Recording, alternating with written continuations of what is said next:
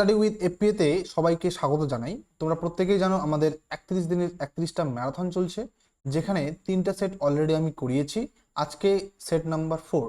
চলো দেখে নেই সেট 4-এ আমি কি কি নিয়ে এসেছি। দেখো, প্রথম যেটা আছে 73তম সংবিধান সংশোধনী আইন কার্যকর হয় কবে।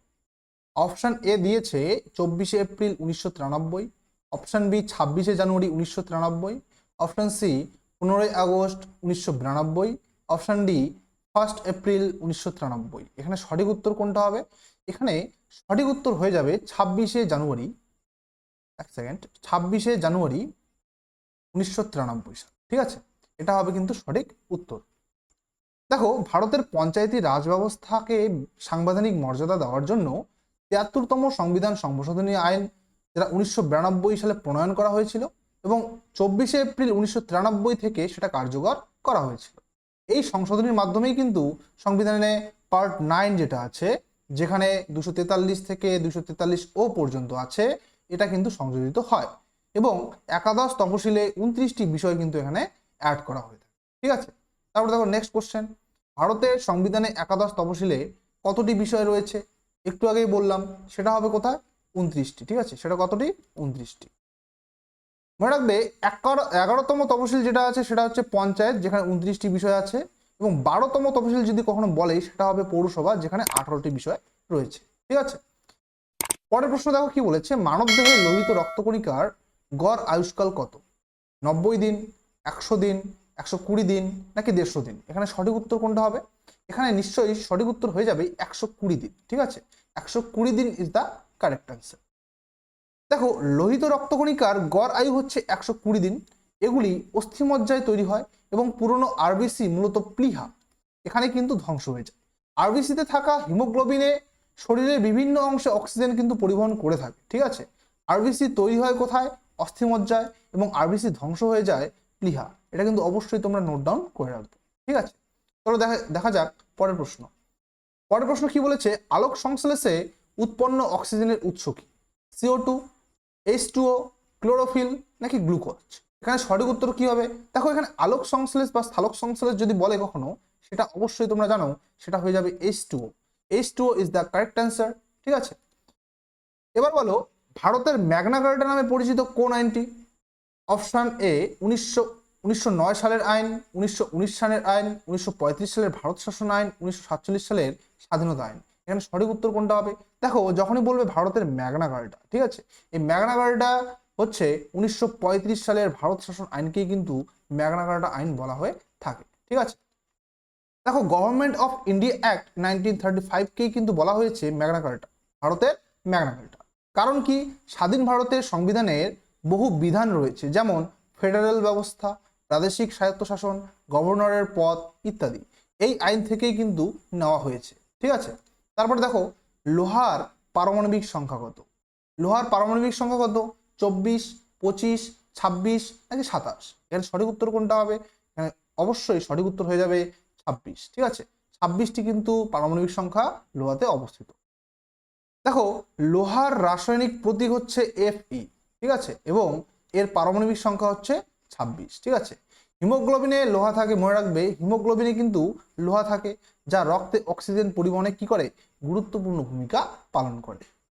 নেক্সট কোশ্চেন দেখো কি বলেছে, ভারতের প্রথম সাধারণ নির্বাচন অনুষ্ঠিত হয় কত সালে? 1950, 1951, 1953, নাকি 1955? এখানে সঠিক উত্তর কোনটা হবে? নিশ্চয়ই এখানে সঠিক উত্তর হয়ে যাবে 1951 থেকে 1952। ভারতের প্রথম সাধারণ নির্বাচন হয়েছিল 1951 থেকে 52 সালে। ঠিক আছে, এটি ছিল বিশ্বের বৃহত্তম গণতান্ত্রিক নির্বাচন। ভেরি ভেরি ইম্পর্টেন্ট, মনে রাখবে। এই নির্বাচনের পর মনে রাখবে জওহরলাল নেহরু কিন্তু প্রথম নির্বাচিত প্রধানমন্ত্রী হয়েছিলেন। এছাড়া মনে রাখবে মোস্ট ইম্পর্টেন্ট, প্রথম প্রধান নির্বাচন কমিশনার ছিলেন কে? সুকুমার সেন। ঠিক আছে, এটা কিন্তু অবশ্যই তোমরা নোট ডাউন করে রাখবে। তারপরে দেখো পরের প্রশ্ন, ভিটামিন বি ওয়ানের অভাবে কোন রোগ হয়ে থাকে? রিকেটস, বেরিবেরি, স্কারভি, নাকি রাতকানা? B1, দেখো, ভিটামিন B1-এর অভাবে যে রোগটি হয়ে থাকে সেটা হলো বেরিবেরি। ঠিক আছে, বেরিবেরি কিন্তু ভিটামিন B1-এর অভাবে হয়ে থাকে। দেখো, ভিটামিন B1, যেটাকে আমরা থায়ামিন নামে চিনি, এর অভাবেই কিন্তু বেরিবেরি রোগটা হয়ে থাকে। এতে স্নায়ুতন্ত্র ও পেশির সমস্যা কিন্তু দেখা যায়, ঠিক আছে। তবে তোমরা মনে রাখবে ভিটামিন এর অভাবে হয়ে থাকে রাতকানা, ভিটামিন সির অভাবে হয় স্কারভি, ভিটামিন ডির অভাবে হয় রিকেটস, আর ভিটামিন বি1 হচ্ছে বেরিবেরি, ঠিক আছে। নেক্সট কোশ্চেন দেখো, পশ্চিমবঙ্গের সর্বোচ্চ শৃঙ্গ কোনটি? তোমরা প্রত্যেকে জানো পশ্চিমবঙ্গের সর্বোচ্চ শৃঙ্গ কোনটি, ফালুট, সান্দাকফু, টাইগার হিল নাকি সিঞ্চল? এখানে সঠিক উত্তর হয়ে যাবে নিশ্চয়ই সেটা সান্দাকফু, ঠিক আছে। এর উচ্চতা কত? 3636, এভাবে কিন্তু মনে রাখবে 3636 মিটার। দেখো সান্দাকফু হচ্ছে পশ্চিমবঙ্গের সর্বোচ্চ শৃঙ্গ, এর উচ্চতা আমি বলেই দিলাম একটু আগে। মনে রাখবে এটি দার্জিলিং জেলার সিঙ্গালীলা পর্বতমালায় কিন্তু অবস্থিত, ঠিক আছে। তারপরে দেখো কি বলেছে, ভারতের নিয়ন্ত্রক ও মহাহিসাব নিরীক্ষক, যেটাকে আমরা সিএজি বলি, এর উল্লেখ সংবিধানের কোন অনুচ্ছেদে রয়েছে? 148, 149, 280 নাকি 324? সঠিক উত্তর কোনটা হয়ে যাবে? দেখো এখানে সঠিক উত্তর হয়ে যাবে 148, ঠিক আছে। এই 148 কিন্তু সিএজি এর উল্লেখ আমরা পেয়ে থাকি। দেখো ভারতের নিয়ন্ত্রক ও মহাহিসাব নিরীক্ষক, যেটাকে আমরা বলি comptroller and auditor general of India, যেটাকে আমরা সংক্ষেপে বলি সিএজি, এর পদ সম্পর্কে সংবিধানের অনুচ্ছেদ 148 কিন্তু উল্লেখ রয়েছে। এই ক্যাগ কেন্দ্র ও রাজ্য সরকারের আয় ব্যয়ের হিসাব নিরীক্ষা করেন এবং সরকারি অর্থের সঠিক ব্যবহার নিশ্চিত করতে গুরুত্বপূর্ণ একটা ভূমিকা পালন করেন। তবে মনে রাখার বিষয় কি, অনুচ্ছেদ 148 এখানে কি বলেছে? ক্যাগ 280 এখানে কি বলেছে? অর্থ কমিশন। 324 এখানে বলেছে নির্বাচন কমিশনের কথা, ঠিক আছে। পরের প্রশ্ন দেখো কি বলেছে, মানবদেহের বৃহত্তম গ্রন্থি কোনটি? অগ্নাশয়, যকৃৎ, থাইরয়েড নাকি পিটুইটারি?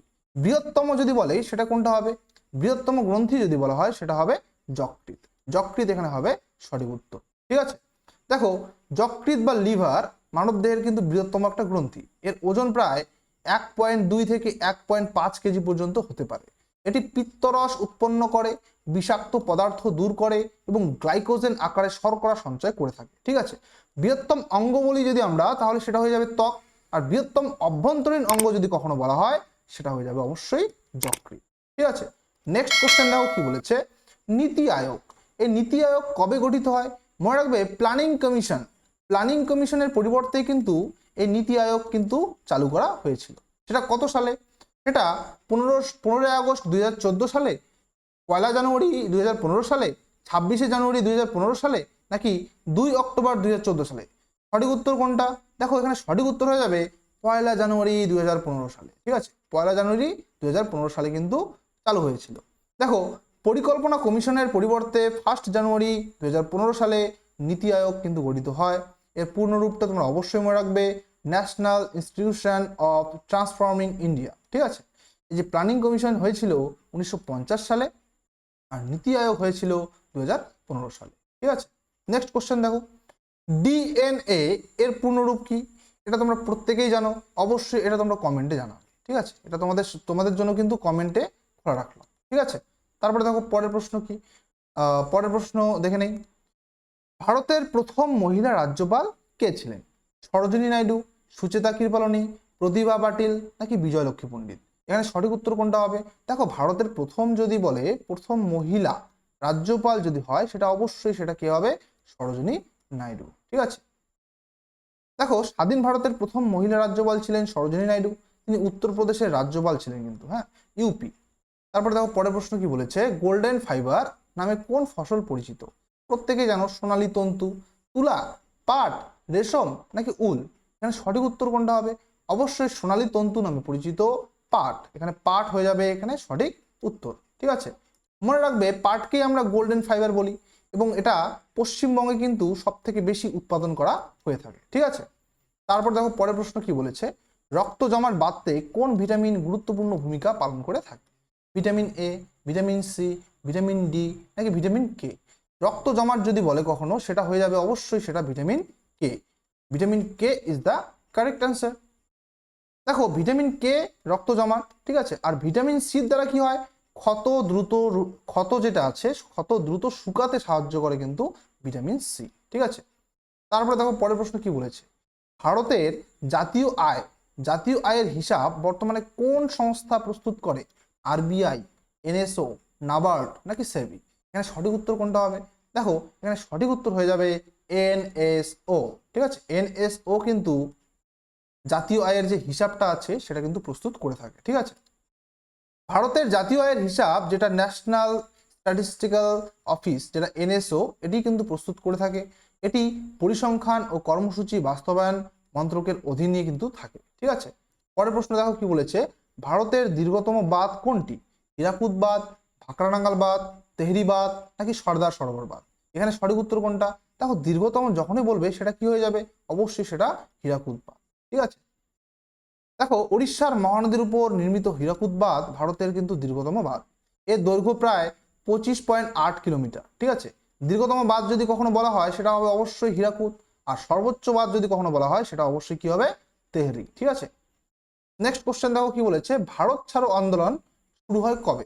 1940, 1941, 1942, 1943? সঠিক উত্তর কোনটা হবে? সঠিক উত্তর হয়ে যাবে 1942। ঠিক আছে, 1942 সালে কিন্তু ভারত ছাড়ো আন্দোলন হয়েছিল।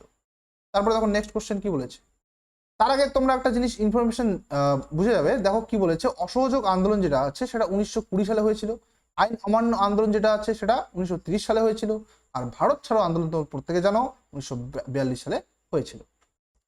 দেখো পরের প্রশ্ন কি বলেছে, পাকস্থলীতে কোন অ্যাসিড থাকে? পাকস্থলীতে কোন অ্যাসিড থাকে? Sulphuric acid, hydrochloric acid, nitric acid নাকি অ্যাসিটিক অ্যাসিড? এখানে সঠিক উত্তর কোনটা হবে? এখানে সঠিক উত্তর অবশ্যই হাইড্রোক্লোরিক অ্যাসিড। ঠিক আছে, হাইড্রোক্লোরিক অ্যাসিড কিন্তু সঠিক অ্যান্সার। মনে রাখবে পাকস্থলীতে থাকা হাইড্রোক্লোরিক অ্যাসিড খাদ্য হজমে সাহায্য করে এবং অনেক ক্ষতিকর জীবাণুকে কিন্তু ধ্বংস করে। এটি পেপসিন এনজাইমকে সক্রিয় করতেও কিন্তু সাহায্য করে। পাকস্থলীর প্রধান এনজাইম যদি কখনো বলা হয় সেটা হবে পেপসিন।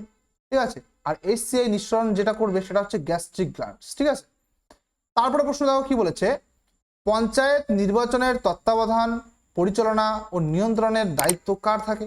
ভারতের নির্বাচন কমিশনের থাকে, রাজ্য নির্বাচন কমিশনের থাকে নাকি জেলা শাসক নাকি রাজ্যপাল? এখানে সঠিক উত্তর কোনটা হবে?